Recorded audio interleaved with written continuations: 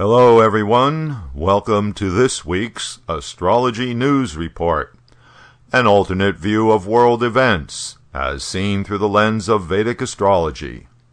Presented by yours truly, Ron Berger. Today is September 28th, 2014.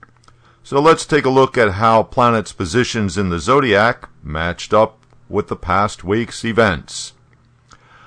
Since early September, Mars, the planet of action and combat, has been in its own sign, Scorpio, making Mars strong. And as of last week, Venus, the planet of negotiations and peace, became weakened when it went into Virgo, its sign of debilitation.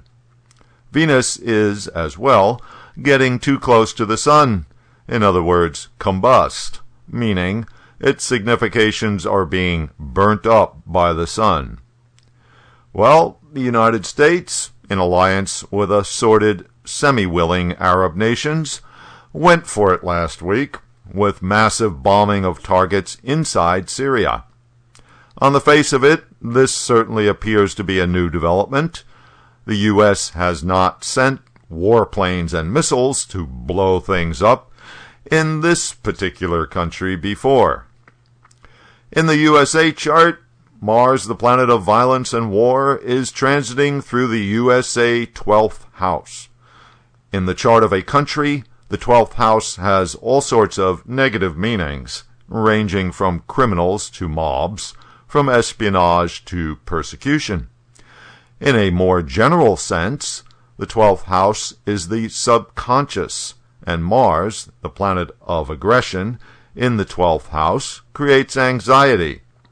Worries about how the new violent militants in the Middle East could retaliate on the USA gave leaders, politicians, and pundits justification to whoop up public sentiment for a military campaign aimed at bombing these guys back to the gates of hell.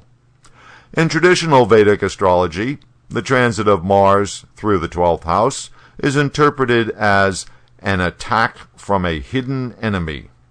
So we'll see if the fears turn out to be justified after all.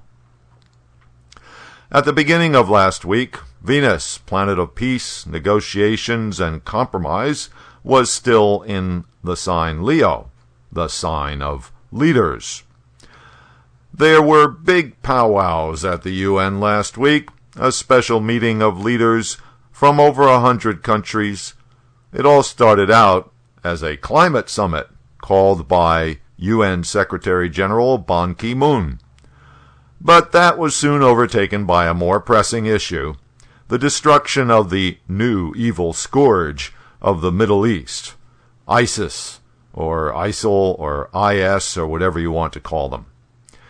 In the heavens, Venus moved into Virgo, the sign where it is debilitated, and any ideas of resolving the situation in any other way than through violence quickly got drowned out. With Venus weakened, prospects for cooperation and harmony are not so good, and that keeps going for the next 3 weeks. Back to the transit of Mars in the USA chart. It's the planet of action, making its way through the 12th house. The 12th house of a country's chart includes such significations as mob psychology, civil unrest, protests. Of course, the obvious example was last week's demonstrations in New York City in advance of the UN Climate Summit. 400,000 marched in the streets of New York, making it the largest protest demonstration ever in that city. Meanwhile, in Ferguson, Missouri, the town where the unarmed teenager Michael Brown was gunned down by police last month, there were renewed street protests and confrontations with police. The energy of the Ketu-Uranus conjunction produces one crisis after another. Jupiter's trine aspect to Ketu and Uranus adds in even more energy. Ketu is the significator of the unseen world, which includes viruses. Uranus represents something extreme. The ongoing Ebola crisis in West Africa, despite increased efforts to do something, is still worsening, with the official death toll now topping 3,000. Meanwhile, here in the USA, the Entero 68 virus, causing respiratory distress in children, has spread now to 38 states. In the chart of the USA, we see an additional signification of Mars, the planet of infections, in the 12th house, which is the house of epidemics. In other parts of the world, the Uranus Ketu combination continues to manifest as the planet of freedom and rebellion, plus the significator of past karma and change. After Scotland, next up, Catalonia, scheduled for a secession vote in November. Meanwhile, over in Hong Kong, students are boycotting classes and marching in mass demonstrations, protesting China's removal of democratic voting processes for choosing Hong Kong's own leaders. This has now escalated into a full-scale movement, dubbed Occupy Central. And, in the Mideast, in Yemen, a full-on civil war has erupted between the Sunni militants and the Shia rebels to see who will run that country. Last Wednesday, September 24th, Venus entered Virgo. Venus is debilitated in Virgo, in other words, weakened. Venus is the planet of guidance, therefore advice and counsel. Venus is therefore the planet of lawyers. By entering Virgo, Venus is now opposite to Uranus, the planet of sudden, unexpected events. On Thursday last week, Attorney General Eric Holder announced that he was resigning. You can expect more of this sort of thing in coming weeks, in other words, problems with advisors, while Venus is in Virgo until October 18th. And lastly, a newly elected leader who is making an impression.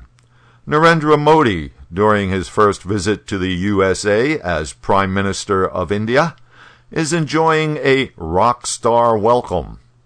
Check out the transits to his birth chart. Benefic Jupiter in his 9th house of long-distance travel and good fortune, and it's the opportunity planet in his 9th house of beliefs, meritorious deeds, morals, and ethics. Mars, the planet of action, is powerful in its own sign, Scorpio, which just happens to be Mr. Modi's rising sign.